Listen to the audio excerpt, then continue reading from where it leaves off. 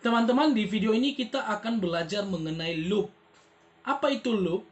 Jadi di Visual Basic Excel ini teman-teman, loop akan menolong kita untuk menyederhanakan pengkodean kita yang panjang karena pengulangan.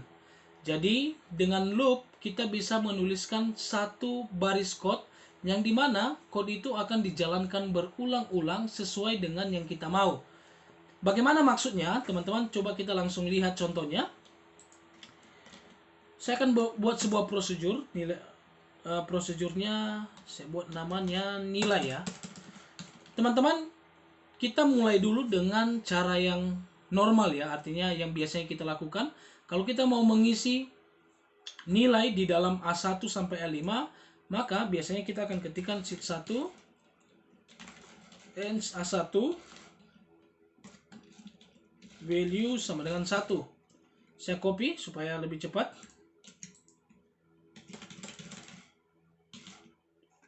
Kemudian saya ganti ini A2, A3, A4, A5. Saya masukkan di sini 1, 2, 3, 4, 5. Kita coba jalankan. Oke, langsung terisi 1 sampai 5.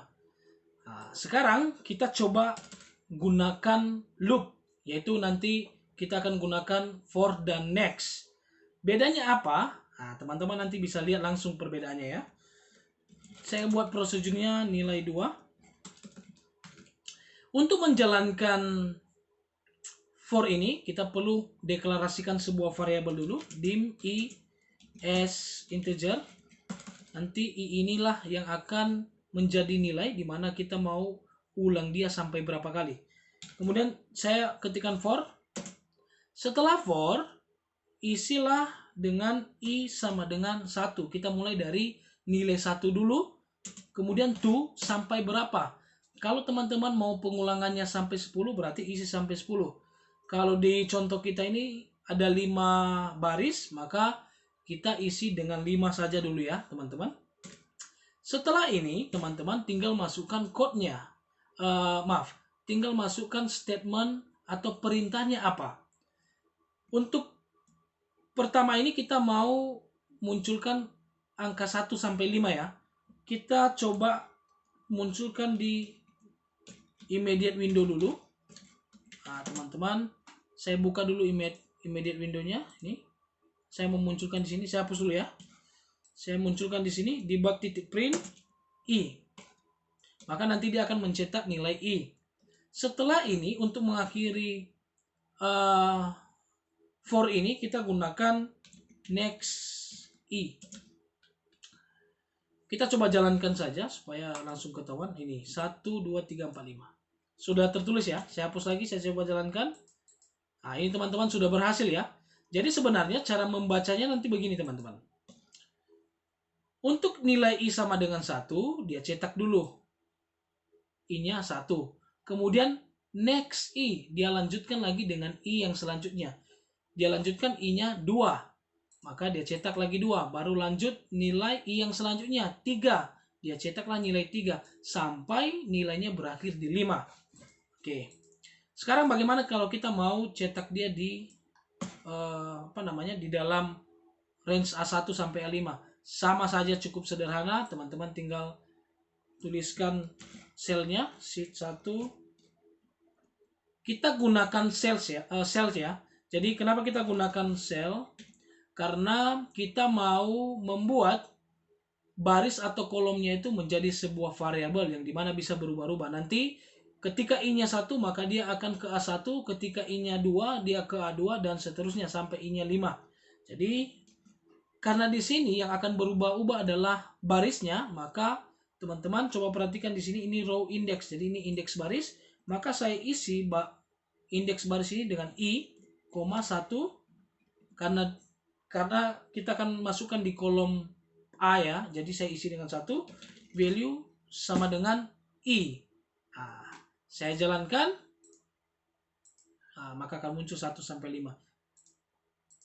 Jadi kalau kita mau ganti 5 ini 100, teman-teman bisa ganti dengan 100, tinggal di run, teman-teman bisa lihat nih muncul. Bahkan ganti sampai 1000 pun dia akan bisa lakukan teman-teman. Nah, ini langsung muncul ya.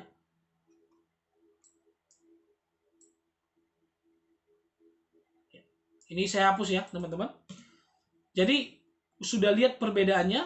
Bayangkan kalau kita harus mengetik manual ini sebanyak 1000, ini sangat tidak efektif dan membuat kode kita juga lebih panjang ya.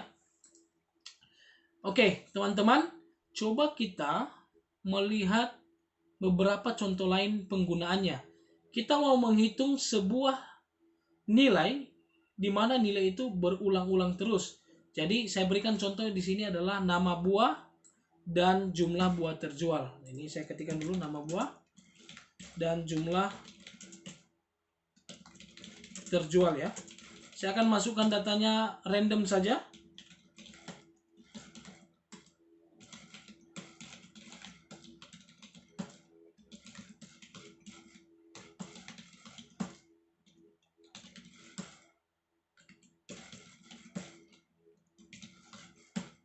Oke, kemudian jumlah terjual.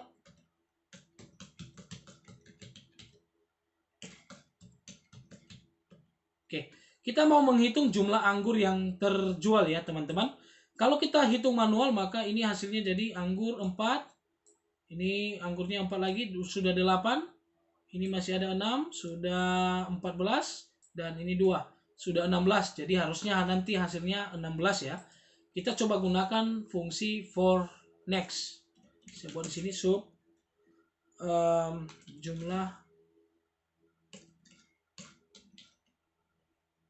jumlah buah. Ya, kita mulai deklarasikan dulu variabel i as integer. Karena kita mau mengecek satu persatu nanti ini apakah nilainya anggur atau bukan, maka kita butuh nilai baris terakhirnya. Karena ini kan datanya hanya sampai A11 ya. Tapi kita mau lihat dia ini datanya sampai berapa. Ini bisa berubah-ubah teman-teman. Jadi nanti ini kan kita bisa isi dengan nilai lain. Jadi baris terakhirnya akan berubah lagi jadi A12. Bagaimana cara mencarinya? Itu gampang. Kita deklarasikan saja variabelnya dulu. Dim misalkan saya buat last ya. Last itu nanti artinya baris terakhir.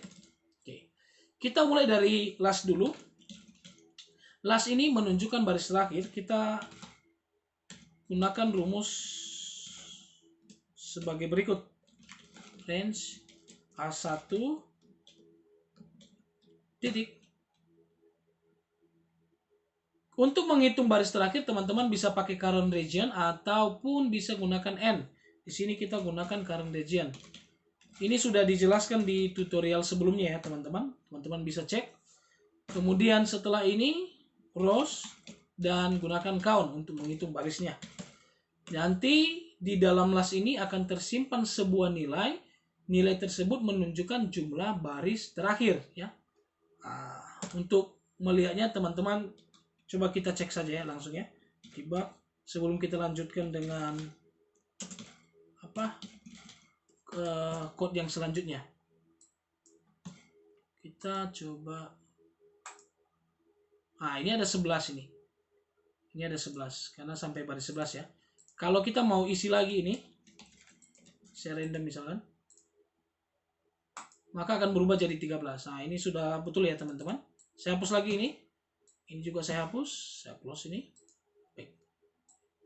Selanjutnya teman-teman kita mau gunakan fungsi for-nya ya. Kita mulai dari for i to, maka kita harus tuliskan dia akan mengecek nilainya dari mana dulu. Ini i-nya dari mana dulu? Baris keberapa dulu? Karena baris pertama ini adalah judulnya, maka kita akan mulai dari baris kedua. Maka dari i sama dengan 2 sampai i-nya menjadi data terakhir.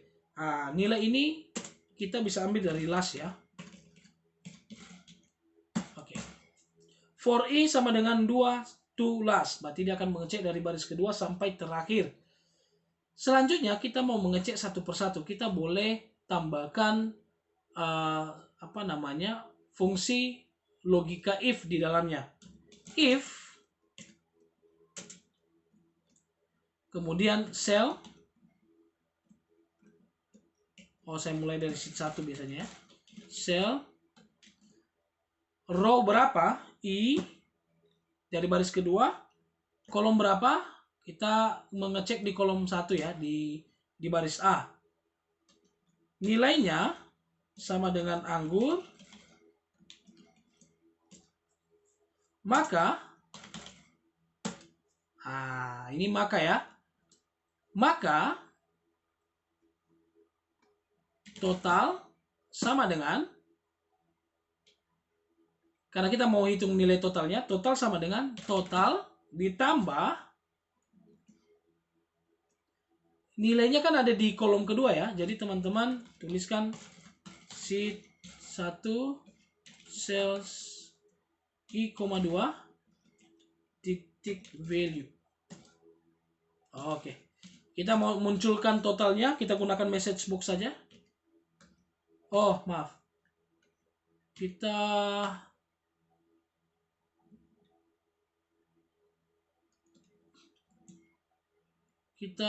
apa namanya? NF dulu ya. If sheet cell I1 titik value sama dengan algo, then total. Ini kemudian kita exit.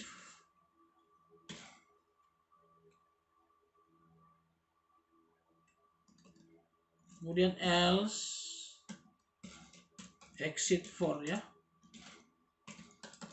Kemudian ini NF ya. Kemudian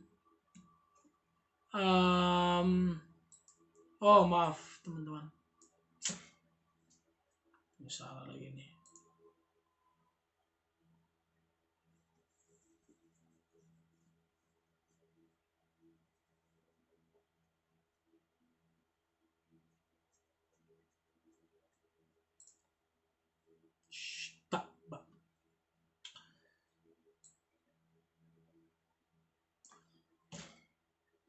Selanjutnya kita tuliskan totalnya ya. Total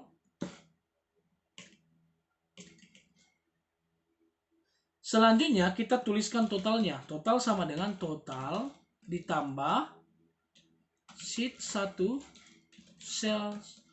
Karena kita mau lihat totalnya itu di kolom B, maka gunakan 2 ya. Titik nilai di apa? Baris di kolom B ya. Untuk mengakhirnya gunakan NIF.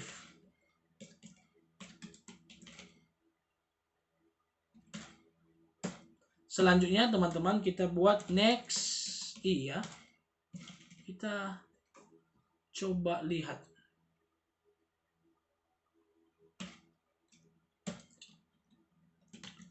Kita tampilkan menggunakan message box saja.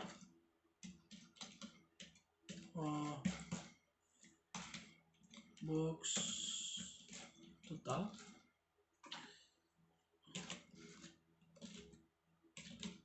Baik, kita coba lihat. Ini 16 ya. Ini sudah benar ya teman-teman ya. Anggur 4, 8, 14, 16. Dan kemudian kita bisa ganti nilai anggur dengan yang lain juga. Misalkan apel ya. Maka akan muncul 10. Nah, ini sudah benar ya teman-teman. Ini 5, kemudian ini 5, 10. Ini cukup mudah teman-teman. Saya coba ulangi lagi bacanya supaya teman-teman bisa memahaminya ya. Jadi teman-teman, kita mau mengecek di kolom A. Ini makanya ini nilainya 1. Kita mau mengecek satu persatu, makanya ini nilainya I. Kita mau ngecek di barisnya satu persatu, dari baris kedua sampai baris terakhir. Apakah nilainya itu apel atau bukan? Kalau nilainya apel, maka hasilnya adalah total sama dengan total ditambah sheet 1 titik sales I,2 titik value. Ini 2 ini karena kita mau ambil hasilnya yang dari kolom B ya. Dan juga kita gunakan I karena kita mau mengecek satu persatu dari kolom B-nya. Nah, jadi demikian teman-teman untuk contoh yang ini. Selanjutnya kita coba lihat contoh yang lain ya. Bagaimana kalau kita mau mengecek apakah sebuah sel itu kosong atau tidak, apakah ada nilainya atau tidak. Baik, kita bisa buat begini. Misalkan ini saya hapus dulu.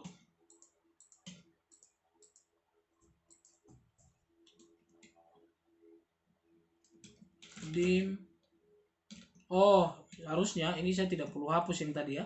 Tapi tidak masalah, saya bisa ketik ulang s integer lagi. Kemudian plus itu sebagai sheet 1 range A1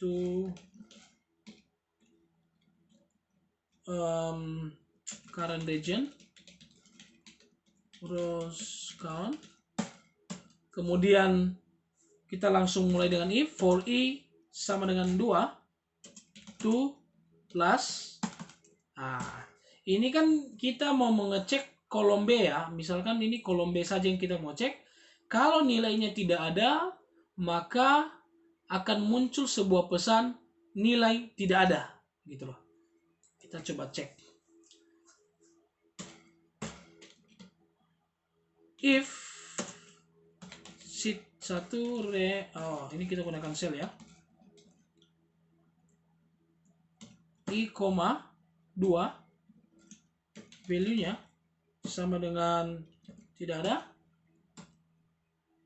Oh, apa yang salah ini? Oh, then ya. Then maka akan muncul message box.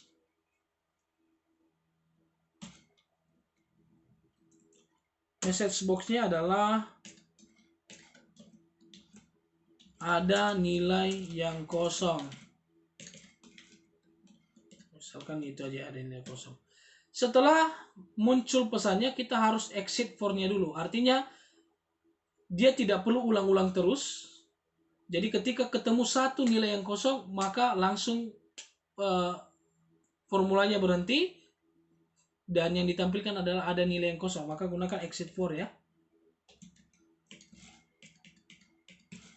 Exit for, nanti for-nya akan berhenti. Kemudian terakhir kita exit if-nya, kita gunakan end if. Setelah itu kita gunakan next i. Kita coba jalankan teman-teman. Oh, ini i ya harusnya.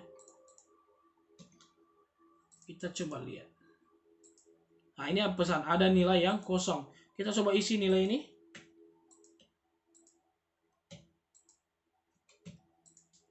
Apakah akan ada pesan tersebut? Nah, ini tidak ada. Oke, teman-teman, selanjutnya kita coba tambahkan satu statement lagi, itu adalah step ya. Nah, jadi ini fungsinya apa? Coba kita langsung lihat. Saya misalkan step nilai. Misalkan kita mau isi range A1 sampai A10 ya. Jadi misalkan dim is integer for i sama dengan 1 to 10 tambahkan step. Nah, artinya apa sih ini? Kita coba lihat nanti hasilnya teman-teman. Ini saya coba isi sheet 1 range, oh maaf, bukan range, cells row index ini i, 1 value sama dengan i. Oke. Yang berbeda apa? Oh maaf, kita belum tulis next i ya, ini lupa ini next i. Coba kita lihat. Nah, yang berbeda apa? Ternyata nilainya itu meloncat ya. Jadi dia meloncat 2 kali. Dari 1, 2, dan dia langsung ke 3. Jadi 2 tidak. Kalau kita ganti ini menjadi 3 atau 1, ya 3 coba. Maka dia akan menjadi, oh kita hapus dulu nilai sebelumnya. Maka dia akan isi nanti 1, 4. Nah, ini bertambah-tambah 3 ya. Dia meloncat meloncat setiap 3 langkah. Dari 1 tambah 3 4, tambah 3 lagi 7, tambah 3 10. Kalau 4 sama juga. Oke. Oh maaf, ini kita hapus dulu, tidak kelihatan ya. Kita coba run. Nah, ini cukup menarik ya teman-teman. Nanti coba teman-teman menggunakannya di contoh sendiri. Dan terakhir teman-teman, kita akan coba lihat contohnya di objek ya. Bagaimana kalau menggunakan for dan next ini di objek. Kita coba gunakan dulu di workbook ya. Di sini yang aktif workbook hanya satu. Saya coba tambah dulu.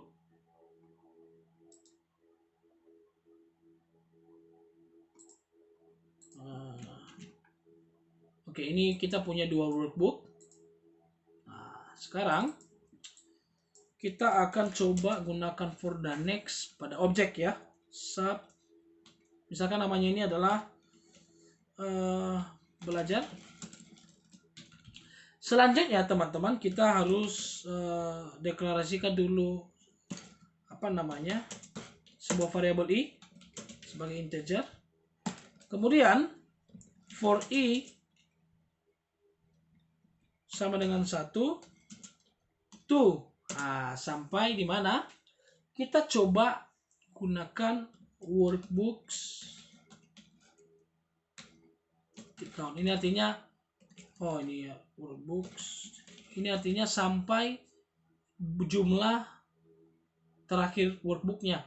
Saya coba tambahkan lagi satu workbook lah supaya menarik ya. Ini jadinya ada 3 ya workbooknya. Jadi nanti harusnya dia itu sampai dari i sama dengan 1 sampai 3 ya. Selanjutnya kita debug print. Kita gunakan immediate window saja ya.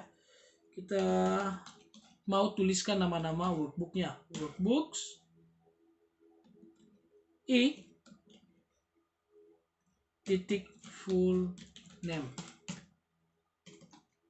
Kita munculkan ini immediate window. Kita lihat hasilnya. Oh maaf, kita lupa next iya. Teman-teman bisa lihat ada book 1, book 2, dan book 3. Ini kalau dia workbook. Bagaimana kalau seandainya dia worksheet ya. Nah ini misalkan ini saya close. Saya tambah aja sheetnya ini. Ini sampai 3 misalkan. Kalau worksheet sama saja. Kita harus deklarasikan dua variabel dulu. Dim i as integer dan j as integer juga. Kemudian kita coba for i sama dengan 1 to. Ini untuk apa namanya workbooknya dulu. Workbooks i workbooks count. Kemudian ini artinya sebenarnya dia akan ulang perintah ini sampai jumlah workbooknya terpenuhi. Misalkan kita sudah buka 3 workbook, maka dia akan ulang itu dari workbook. Dia akan cek dulu workbook pertama, 2, dan 3. Setelah itu dia mau ngecek, kita mau buat setelah setiap workbook, maka dia akan munculkan nama-nama worksheet dari masing-masing workbook. Maka kita akan tuliskan for lagi. For i sama dengan 1 to workbooks. Kita masukkan i. Artinya teman-teman, dia akan mengecek worksheet itu untuk workbook i dulu, artinya workbook pertama dulu, kemudian nanti lanjut lagi sampai workbook kedua, kemudian workbook ketiga. I titik worksheet titik count ya. Kemudian teman-teman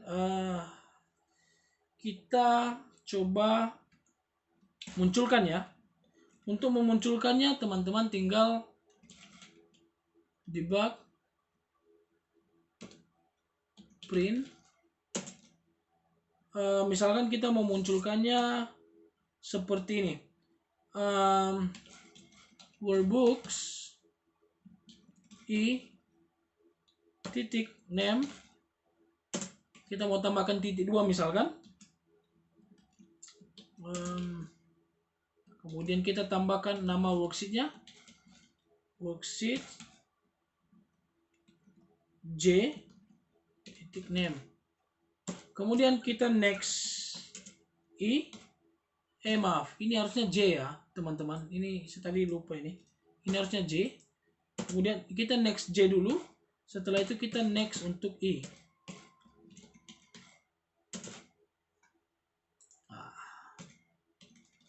Kita coba lihat apa yang terjadi. Teman-teman lihat book 1, sheet 1, book 2, sheet 1, book 3, sheet 1, dan book 3, sheet 2, book 3, sheet 3.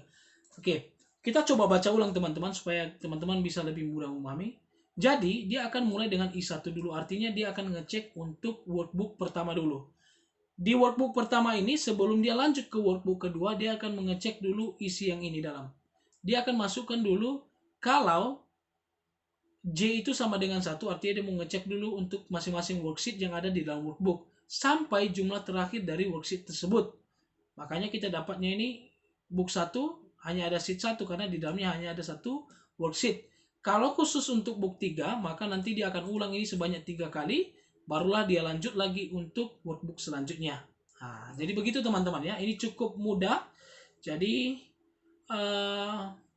demikian saja teman-teman, semoga ini menolong teman-teman untuk bisa memahami dari fungsi loop ini untuk next dan for. Nanti untuk video-video selanjutnya kita akan belajar lebih dalam lagi untuk for each, kemudian kita masih ada lagi do while. Jadi teman-teman jangan lupa subscribe kalau mau dapat update video dari saya. Terima kasih teman-teman, sampai ketemu di video-video selanjutnya.